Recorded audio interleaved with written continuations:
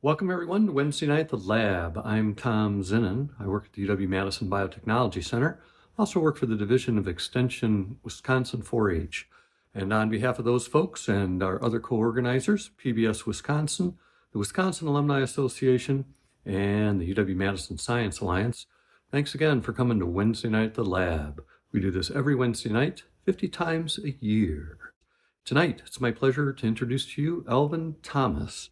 He's a professor in the School of Human Ecology here. He was born on the island nation of St. Lucia in the Caribbean and went to high school there. Then he went to Morehouse College in Atlanta to study psychology. He got his master's and PhD at the University of Michigan, both in psychology. And he stayed in Michigan to get a postdoc in psychiatry. He came to UW-Madison in 2019. Tonight, he's going to speak with us about raising up fatherhood and raising resilient children. Would you please join me in welcoming Alvin Thomas to Wednesday Night at the Lab? Thank you very much, Tom, for having me. I want to thank PBS Wisconsin and University Place for this opportunity to share some of my work in the School of Human Ecology at the University of Wisconsin-Madison. The challenges facing parents, children, and families in Wisconsin, the United States, and across the world are always before us. We need only click onto our phones or television sets to see the significant struggles that people just like you and I are faced with daily. One path to addressing many of our societal problems is strengthening the family, that critical building block of any country, culture, people, or society. Today, I will share with you some thoughts and conclusions from our research under the title, Raising Up Fatherhood, Raising Resilient Children. I have a few objectives for this discussion. First, I will highlight the challenges to positive youth development. Second, we will explore the concept of resilience and challenge our thinking about resilience. Then I will help us raise recognition of parents as resilience enablers and fathers as an untapped resource in the enabling of resilience. And finally, I will spotlight the benefits of engaging fathers in various social spaces, including in families. But first, let me tell you a little bit about myself. Let me tell you about my Iliad, my personal journey to Madison and this career. I started as a teacher on a small Caribbean island, St. Lucia, about 238 square miles of tropical paradise, year-round sunshine, beautiful beaches, and all food is organic. Yes, I know. What am I doing here in Madison? With a population of about 180,000 people. I taught elementary school, middle school, and high school for about 9 years. And I saw during those experiences many of my students struggling under the burden of significant social, financial, and mental health issues. I also saw familial and neighborhood conditions kind of intertwining with significant social upheaval to undermine the development of many of my students. I watched with limited resources while the potential of many of these students remained undiscovered. And often it felt like I was fist-fighting the wind. And still, I would do everything I could to support my students' positive development. Out of this seeming futility came my desire to do more. I studied psychology at Morehouse College and deepened my interest in strengthening the Black family. During this time in Atlanta, I pulled together a reading program in collaboration with a local church. One of the church mothers had noticed reading difficulties among the children of her congregants and decided that addressing this lapse could only help the children move forward, achieving their full potential, especially in school settings. I also spent lots of my time in Ashland, Wisconsin, in the Northwoods, working at summer camps and after-school programs run by a lifelong educator, Ann Whiting. As a coach and educator, she represented a pivotal resource for many children and families. and that resonated with my own interest in supporting and building children and families, especially those experiencing significant challenges. These programs provided spaces that validated learning and provided an appropriate atmosphere for children to just be children and explore and build social relationships with positive adults and peers. Years later, I harnessed this desire to do more for my students and completed doctoral and postdoctoral studies in clinical psychology at the University of Michigan. During this time, I deepened my interest in Black families and fatherhood. I still remember my early advocacy during my days as a clinical intern and psychiatry fellow, encouraging practices that welcomed fathers in therapy and other clinical spaces. I spent time taking an interest in clinical services, in those clinical services, and pulling them outside of university settings and into community spaces that were more easily accessible by the communities that we wanted to reach. Fast forward a few more years, and on the eve of the COVID-19 pandemic, I joined the School of Human Ecology at the University of Wisconsin-Madison, after having trained clinical psychologists for about 3 years. The experiences during that time convinced me that if we were going to appropriately address the issues affecting children and families, we would have to deal with the family as a full system. And that would mean engaging fathers in our processes. When I moved to Madison, I brought with me the Thomas Resilient Youth Lab, an incubator of research on risk and resilience among Black families, the mental health of Black men and boys, and the celebration and validation of Black fathers. Almost immediately, the work of supporting the mental health of Black men and boys became front and center as the pandemic picked up steam and racial tensions spiked in the aftermath of the murder of George Floyd. Most persons had watched the murder multiple times or had heard about it. At the same time, they were also watching friends and family members fall ill and many dying. This compounding of trauma and negative events left lots of families ravaged, but Black families were double hit as they were more likely to contract COVID and die or be seriously affected by the short and long-term consequences because of pre-existing medical conditions, but largely because of pre-existing disparities and unequal access to resources like education and jobs and healthcare and mobility and other social resources.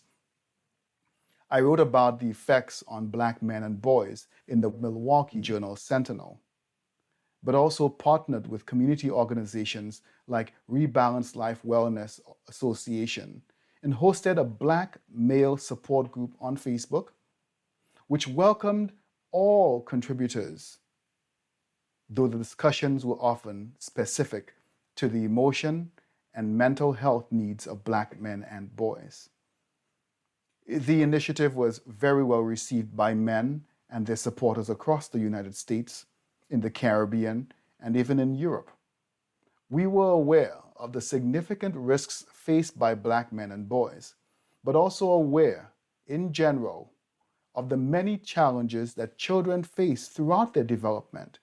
And for many of the men and spouses and supporters who listened in on our conversations and the input from the guests who were leaders in communities, these discussions proved powerful and useful. So, today we're discussing raising up fatherhood, raising resilient children. And as we discuss this, I want you to keep in mind that young teacher from St. Lucia who decided to do more for his students, recalling always the struggles that he saw among them.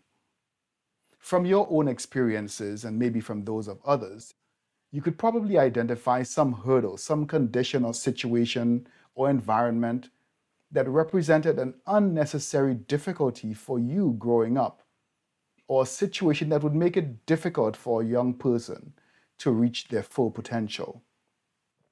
One category of challenges is called ACEs.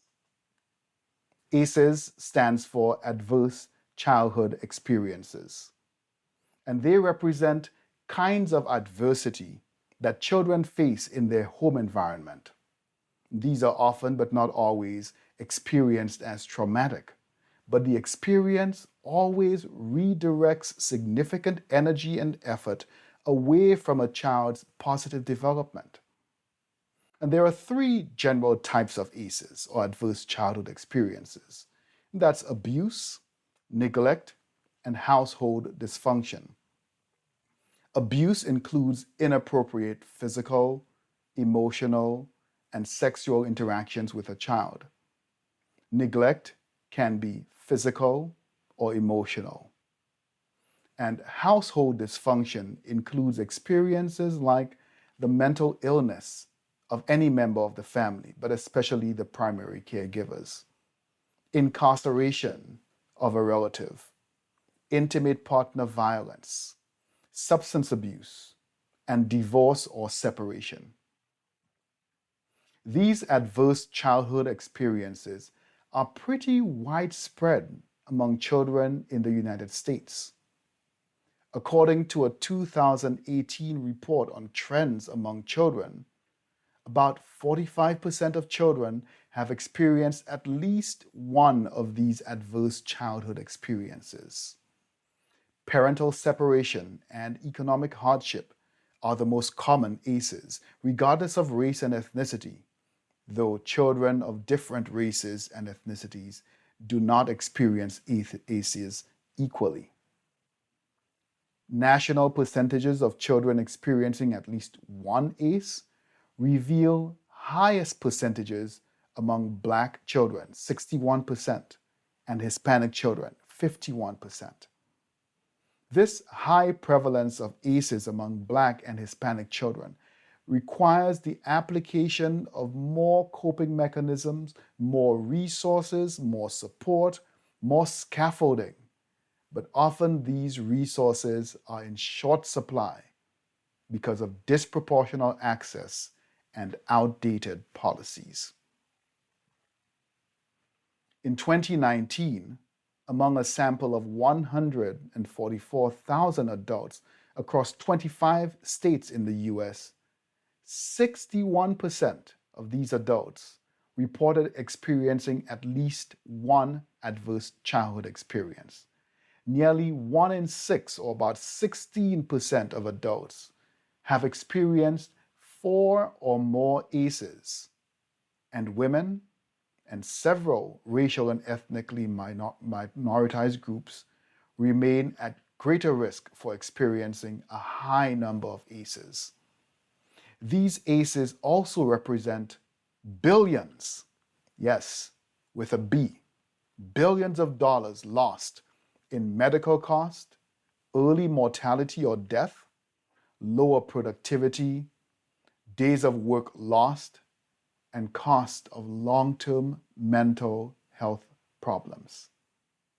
More than 1.9 million cases of preventable heart disease were also traced back to adverse childhood experiences. ACEs have detrimental effects on physical and mental health. And toxic stress is the mechanism that links ACEs to physical health problems like diabetes, breathing difficulties, and heart problems.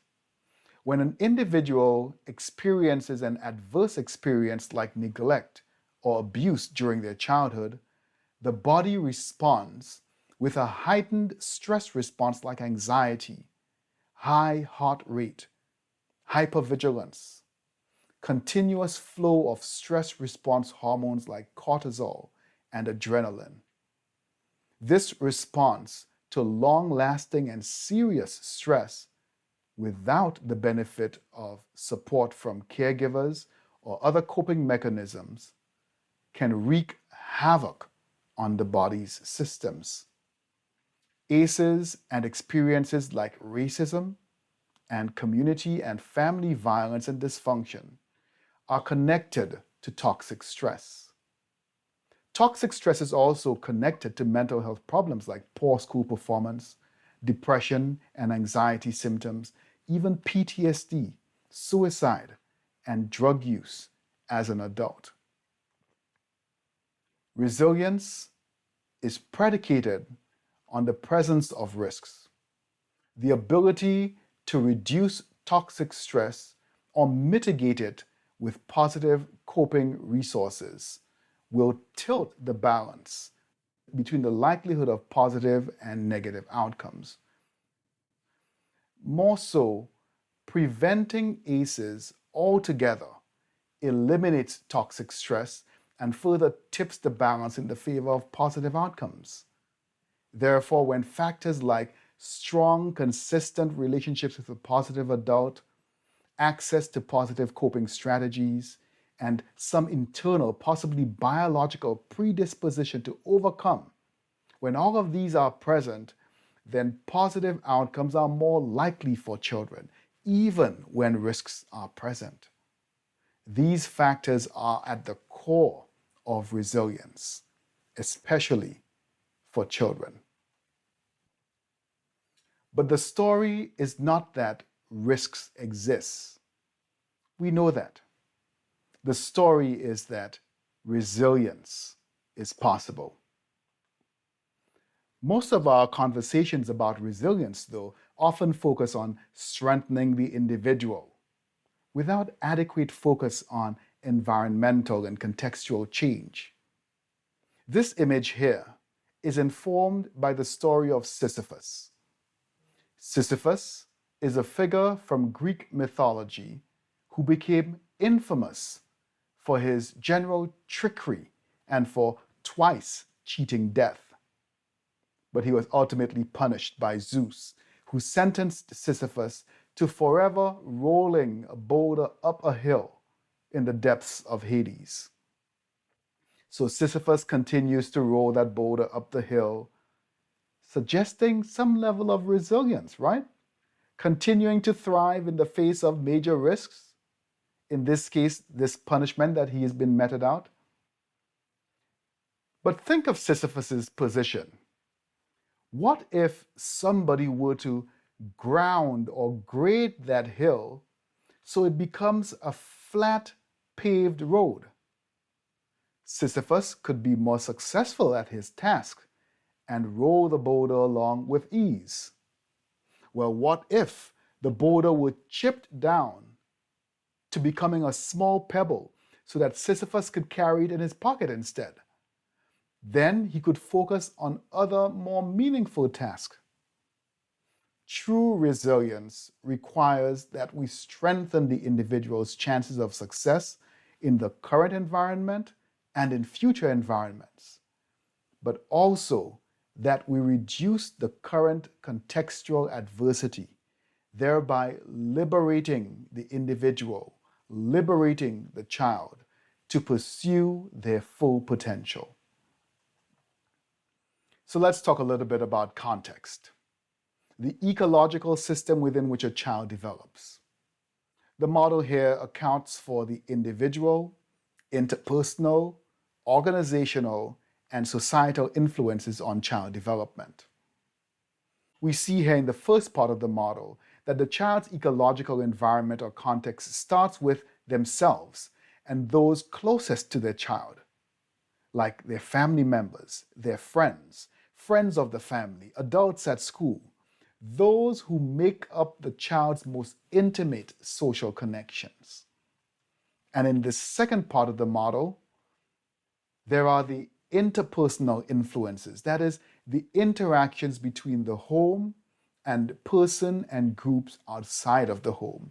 So for instance, a family member or caregiver or parents visiting the school, that would be the interpersonal influence.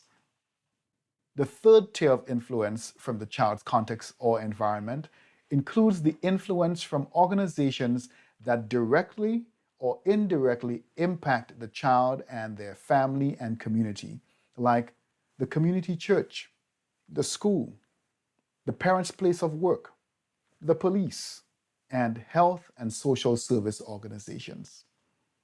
And finally, The macro or overarching influence in the child's development happens within the boundaries of the society or culture and country that the child lives in. And these larger societal influences determine the norms and values and beliefs that are passed on to the child, the policies and worldviews that inform institutions like schools, courts, and the police, and which will differentially affect families, neighborhoods, and communities. Each part of the system is influenced by and influences the other. For instance, what happens at the individual or family level will have an impact on the family or the family members' interactions with the school. Think, for example, of how substance abuse by one family member, say a parent or a primary caregiver, can affect the interpersonal level. It would mean that that family member or caregiver would be an unavailable parent for collaborating with teachers and the school. A societal norm or value, for instance, could negatively influence an organization like the police or social service agencies.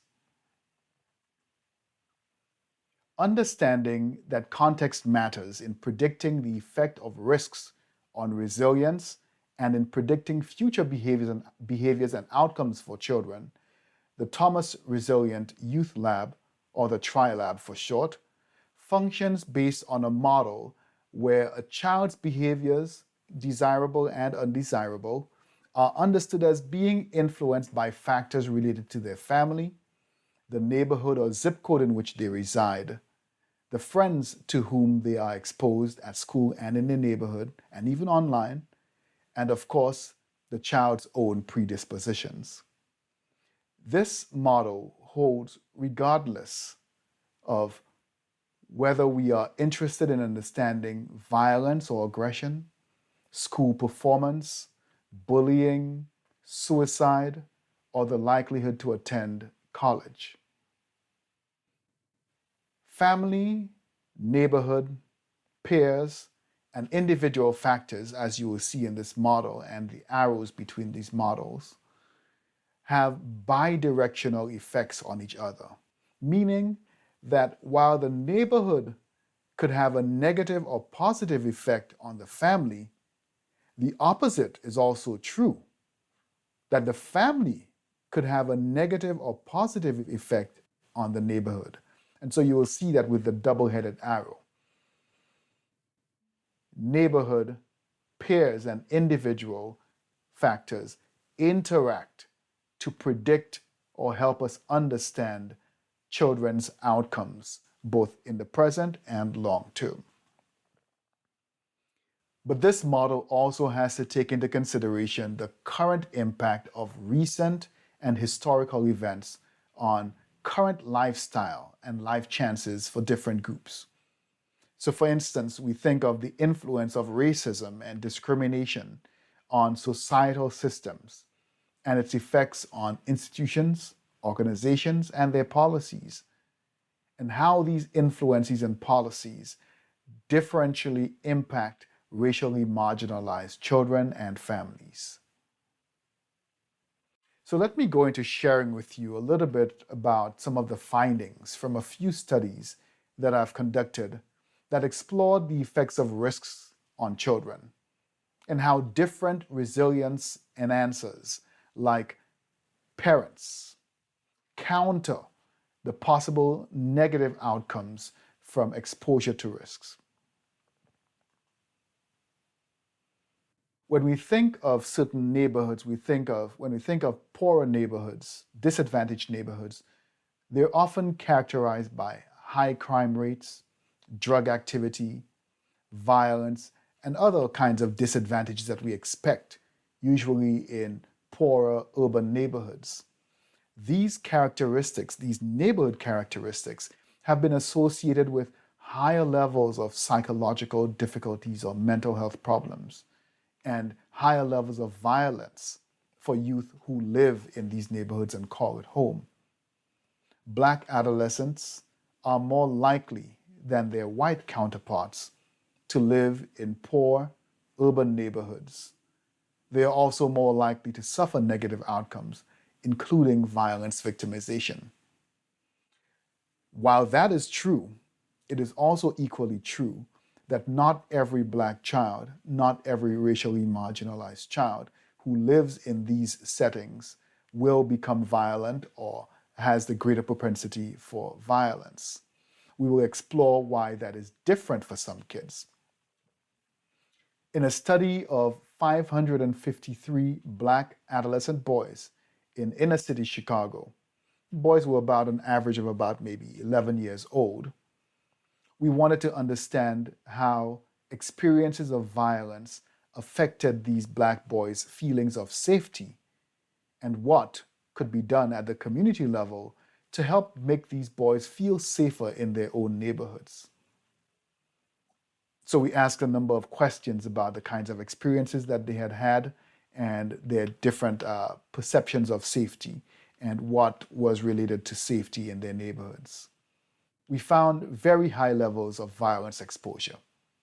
And this violence exposure included experiences of seeing someone shot or shot at, seeing someone stabbed, seeing someone beaten, and seeing someone severely injured from a beating. Just to give you a sense of the extent of violence exposure among these kids, about 92% of them, almost a full 100%, were exposed to one or more acts of violence. 75% had been exposed to about 2 or more acts of violence, and almost half of them, 46%, had more chronic exposure. Many of them had been victims as well, and some of them had also seen this violence perpetrated against a friend or a family member. So, as would be expected with this level of violence exposure, boys who experienced this level of violence exposure reported, of course, feeling relatively unsafe and unsure of their neighborhoods, concerned about what could happen to them, having seen what had happened to others. But boys who felt that their neighbors would look after them, or that their neighbors had similar values to their parents about protecting children, those boys who had those views thought of their neighborhood as safer than those boys who had lower sense of collective efficacy or this perception that the neighbors are looking out for you. In other words, although there was a significant level of risk exposure, in this case exposure to violence, the presence or perception that there was a consistent positive adult around led boys to feeling safer in their neighborhood. And what would that look like? That would look like Mr. Joseph sitting on his porch and watching the kids as they play street ball.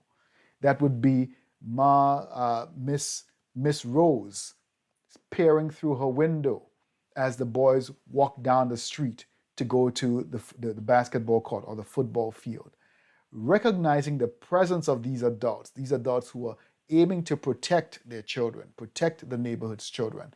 Once kids recognized that this was present, they were more likely to feel safe in their neighborhoods.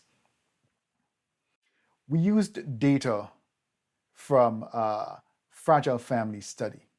It's a national longitudinal sample of about 3,400 adolescents, and this is Black adolescents, Hispanic adolescents, and white adolescents. We wanted to investigate the impact of negative police interactions because we understood that police represent an organizational context as far as the child's development, and that children are generally taught to respect police officers and to look to them for protection and safety. We wanted to understand what would happen if those interactions between this expectedly positive adult figure turned negative. So we explored children's reports of being searched by the police, being randomly stopped and frisked without provocation, being hit by the police, or having profanity directed at them from a police officer. We also assessed children's depression and anxiety symptoms, as well as their academic outcomes using just their grades in class, as well as their health, their perception of how healthy they felt. For each of these outcomes, the psychological outcomes, the physical health outcomes, and the academic grades, the outcomes were worse for Black and Hispanic boys and girls, and worse overall for Black boys after these negative experiences with the police. In our analyses, we wanted to make sure we understood exactly what was going on. So we controlled for these same factors, the psychological, physical health, and academic outcomes, long before these children were in contact with this negative experience. And even when we controlled for these outcomes before the interaction with the police, we still found the same findings. The findings, therefore, reinforce the powerful influence of consistent, positive adults in the lives of children, even if the adult is a member of the community or representative of a large social institution like the police or schools. In other words, teachers are important for protecting and supporting children's positive development. Police, pastors, religious leaders, community leaders are all important as they provide a safe space for children to explore their environment and explore their full potential.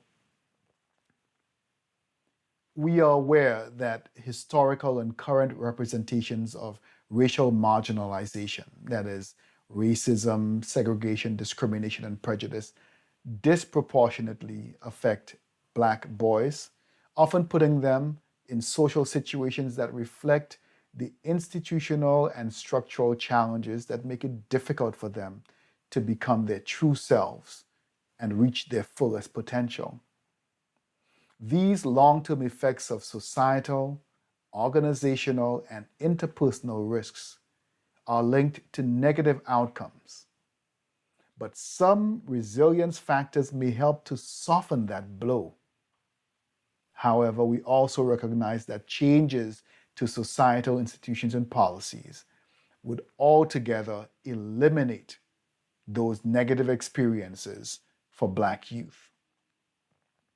In our third study, we wanted to assess the power of a core part of resilience. That's efficacy to avoid a negative behavior.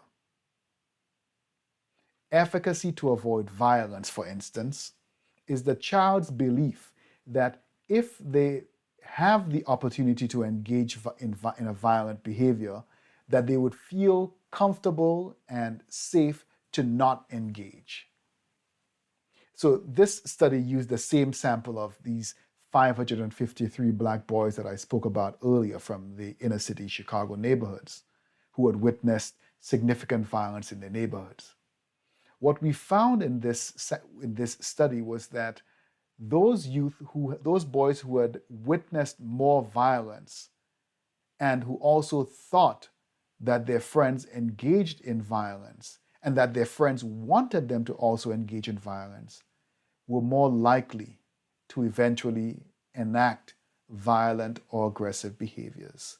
So this exposure to violence led these boys, one, to believe that their friends were also more engaged in violence, and to also believe that their friends wanted them to engage in violence. Now, it could well be that even without exposure to violence, those other perceptions of their friends would still exist.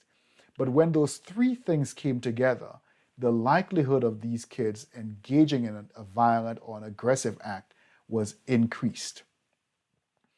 Interesting, we also found that efficacy to avoid violence was lower.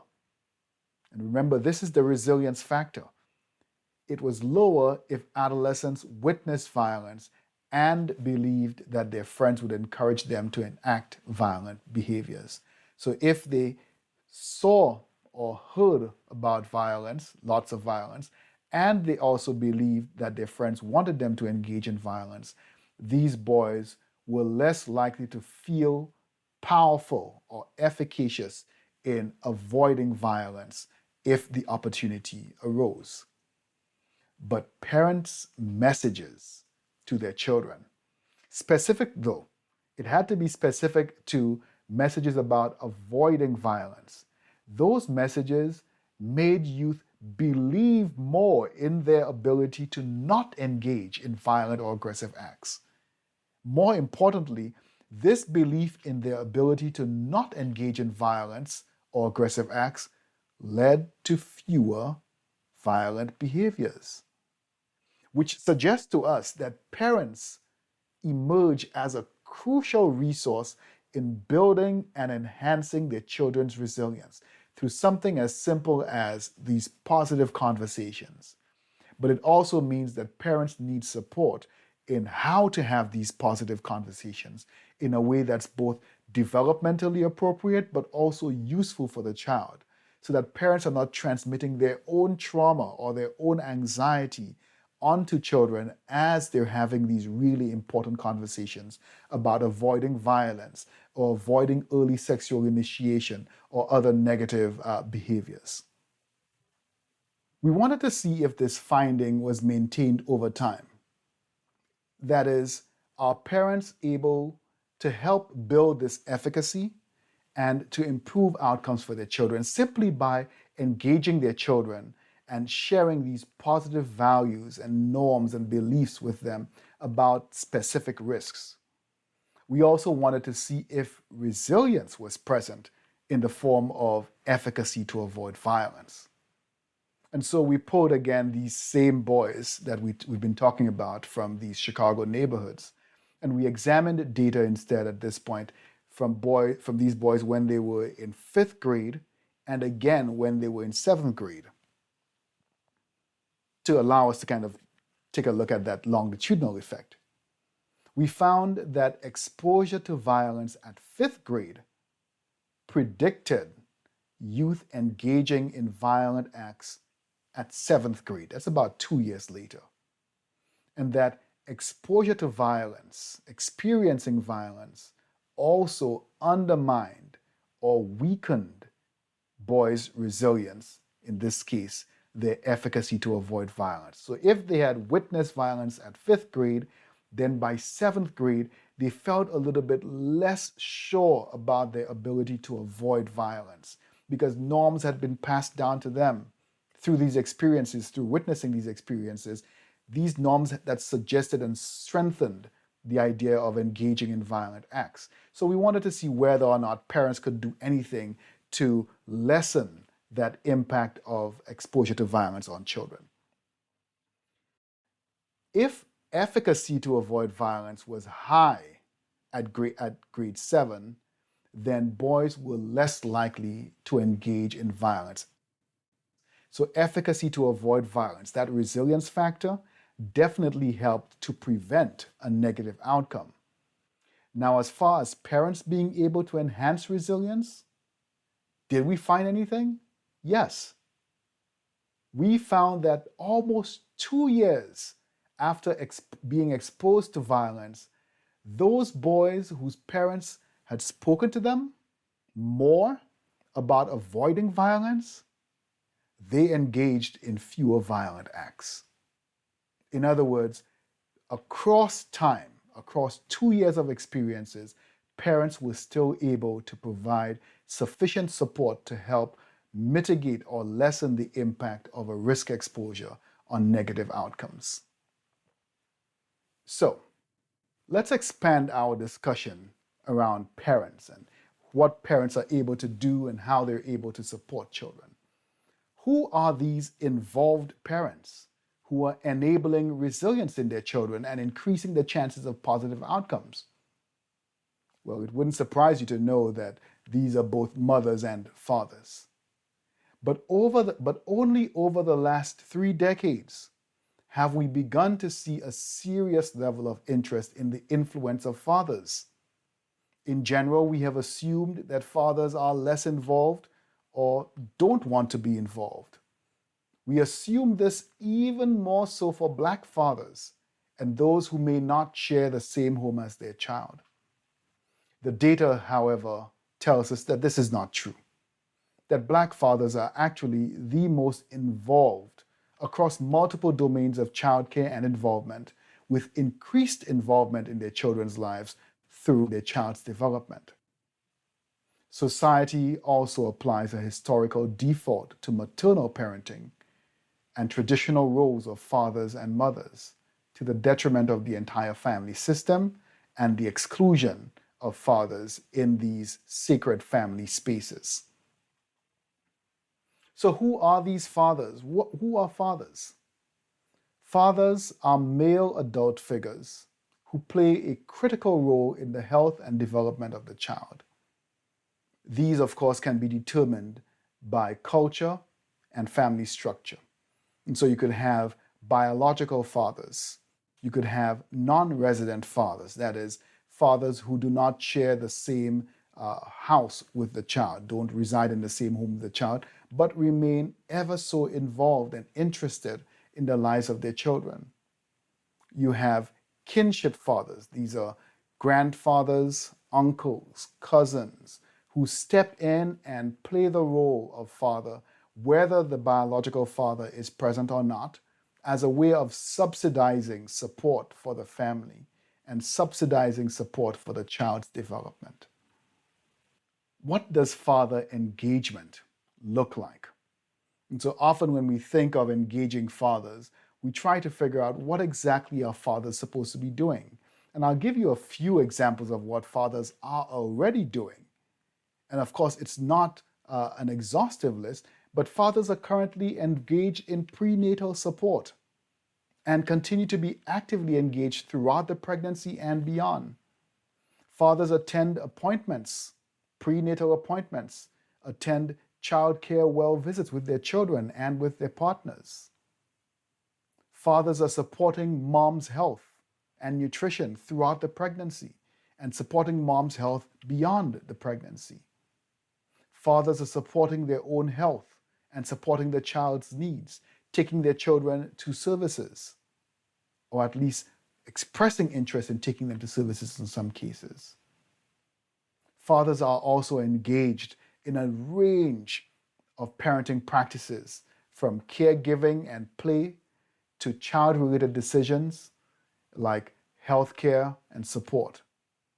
Fathers are also taking care of the well-being of their children, spending time with their children, seeing after their children's basic needs, and making sure that their children have optimal growth environments, or the most conducive environment, the best environments, the most enriched environments that allow for the child's cognitive or mind functioning, as well as emotional and physical development.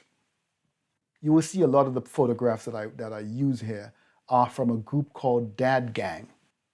Dad Gang exists specifically to highlight the presence of Black fathers and the work that Black fathers have been doing behind the scenes, out of the gaze of most individuals who continue to perpetuate this myth, this stereotype that Black fathers are not present, that Black fathers have given up on their families or have abdicated their roles. Nothing could be further from the truth. Not what the research is telling us. It's telling us that Black fathers are very present. And so I deliberately pull a lot of these photographs to give you a hint of some of the work that's already happening with Black fathers and their families. There are significant and emotional health benefits for engaging fathers with children and families. And these benefits include, but are not limited to, overall better outcomes. That's social outcomes, emotional outcomes, and the cognitive development or the brain development of the child. Less toxic stress. We talked earlier about how toxic stress is related to all of these physical as well as mental health issues. The father present in a positive way helps to reduce that toxic stress. Behavior problems improve, and there's lower relapse rate. Some studies have suggested that when Children are involved in family therapy for significant behavioral problems. That when the mother is involved in that therapy, the child's out, we see significant decrements or reductions in the kind of behavior problems that we see with children. But when you add the father to that equation, you add the father into that mix, what we see are not just significantly better outcomes, greater improvement in the behavior problems, but we also see a longer period before potential relapse, suggesting that fathers provide an additional buttress to the family and to the services that are offered to families. Increased support and coping resources. Often we think of single parents as an overloaded circuit, mom trying to do everything. You include the father, and often the father might be physically present, but the space for the father to be engaged and to be part of the discussion may not always be available. And so bringing the father into the fold, giving him space and encouraging him to be part of the discussions, part of the work that's happening in the family and in other spaces, school and therapy spaces, provides an additional level of support and additional resources for children and for families. It provides positive norms. Fathers are able to pass on additional positive norms to their children. Mothers are providing those positive norms, but fathers can subsidize that and add additional norms to that, provide guidance for deciding who the family is, what the family believes, what the family holds dear, the family's values, and transmitting those family values, reaffirming and reinforcing those family values for the family as a whole, but also for the children. There are positive developments for the father himself.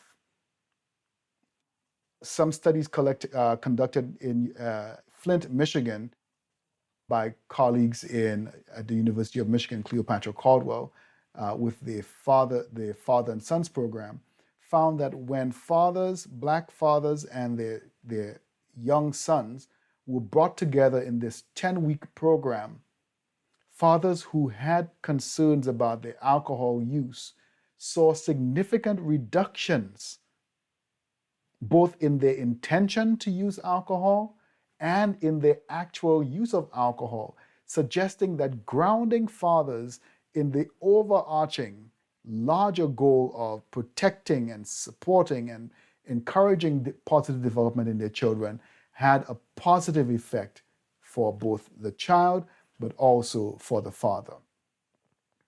But while the link between maternal mental health and child health are well established in the literature, the work on fathers is still emerging. Like I said at the beginning, we're only 30 years into this research. But the work shows a similar relationship between fathers' poor mental health and negative outcomes. So we know that depression among moms leads to worse outcomes for kids. We're seeing a similar link between fathers' depressive symptoms and children's outcomes.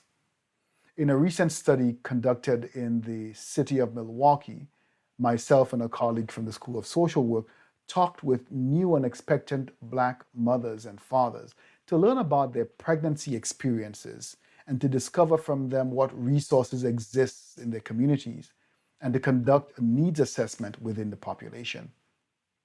The new and expectant parents completed surveys and engaged in focus group conversations to gather the full range of their experiences during pregnancy. And there were a number of key issues that emerged.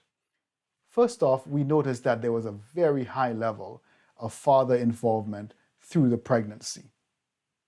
Also, that many of the fathers and mothers highlighted transportation as a challenge to accessing the needed services.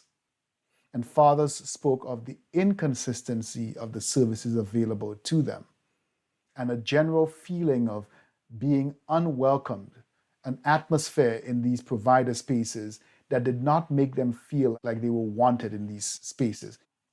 And this was both in prenatal and postnatal visits.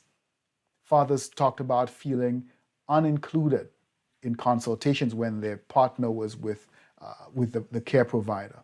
For example, not having the ultrasound screens tilted in a way that fathers could be part of the conversation, be part of the experience of tracking and chronicling the pregnancy and the development of their child. So we wanted to find out how much clinicians were engaging fathers in child-related therapy based on some of these experiences that we've been hearing. So I held a couple of focus groups with psychologists, social workers, and psychiatry residents, all of them trainees. And across all three types of practitioners, that's the psychologists, the social workers, and psychiatry residents, there was an unsurprisingly low level of attempts to engage fathers in family and child therapy. And a number of reasons emerged for this very low level of engaging fathers. One of the first was that the trainees talked about feeling uncomfortable and unprepared for the experience. Although many of them had suggested that they had thought it would be useful to engage fathers in these services, they also said that they felt ill-prepared and largely unsupported for engaging this kind of a challenge. Because engaging fathers also meant that clinicians would have to find times that might better fit sometimes the inflexible father schedules, scheduling emerged as a major barrier to engaging fathers. Additionally, the time that was needed to follow up with resistant fathers or fathers who were just generally difficult to reach or schedule could not be billed, to result in clinicians not making attempts to call fathers, because who would be paying for this time that they could be putting towards another patient that they could bill for. Those clinicians who did not feel that their center or their institution prioritized or encouraged father engagement were less likely to make attempts at reaching and engaging fathers. So suggesting that it's not just at the individual clinician level, but that the whole system, the system of care and our systems of care, need to themselves begin to validate and encourage father engagement in some of these services. If we want to see fathers show up in these spaces, not only do we need to make it available for them, but we need to make it so that billing can happen, that institutions can appreciate those experiences. So, of course, we're not being overly romantic. We are very well aware that not every father will be willing to engage currently. The default assumption should not be that fathers do not want to be engaged or will try to avoid engagement. However, this is the current mindset of many of our clinicians and service providers. The assumption that fathers do not want to be engaged or are not interested in being engaged. Instead, those who work with children and families should recognize the critical resource that fathers represent to children and families, and should begin by assuming that every father has a high level of interest in being engaged, that fathers are interested in child welfare visits and healthcare decision-making. They want to be engaged, they want to learn more, they want to do better. Assume that fathers are more involved than ever before, and that is what the research is telling us, that more and more men are beginning to tie fatherhood, that fatherhood role, to their own masculine identity. What it means to be a man is tied to being a good father, being a good provider, being a good nurturer of your children. Also, assume that non-residence does not mean uninvolved, because it does not. Not sharing the same house with your child does not mean that you are uninvolved in the child's life or that you are uninterested. What can clinicians do? Talk with fathers, invite their involvement, and be alert to the cultural challenges to communication. Make community and service spaces father-friendly.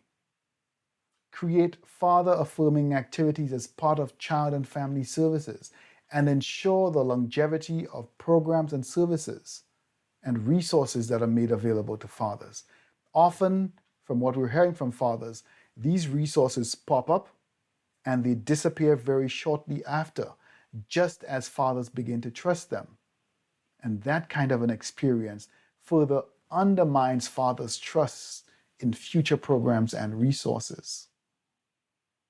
We have come to the end of our journey, our Iliad, on ACEs, child development, and fatherhood. We have talked about how to raise resilient children through the presence of positive adults at home, in the community, and at societal levels. And we explored what it would look like to raise up fatherhood so that fathers become more recognized as an even more important resource in raising resilient children. And so I end with these three reminders. One, we have seen that risks are present, but resilience is possible. Two, resilience supports the development of the individual's strengths, but it must also include changing the context or the environment in which the individual lives. That is, the economic context, the social context, the physical context, and the health context. We must think, third, about how to engage all fathers, married fathers, single fathers, resident fathers, non-resident fathers, but especially those from marginalized groups like Black fathers and those who do not reside in the same home as their child. I want to thank PBS Wisconsin and University Police for inviting me to share this work with you. I hope that it encourages conversation and positive change action for you and your family. I want to thank all my collaborators, my students, and the families who allowed us into their lives and so generously shared their stories with us. And finally, I want to thank you for allowing me into your homes and welcoming me to sit at your table. It was an honor.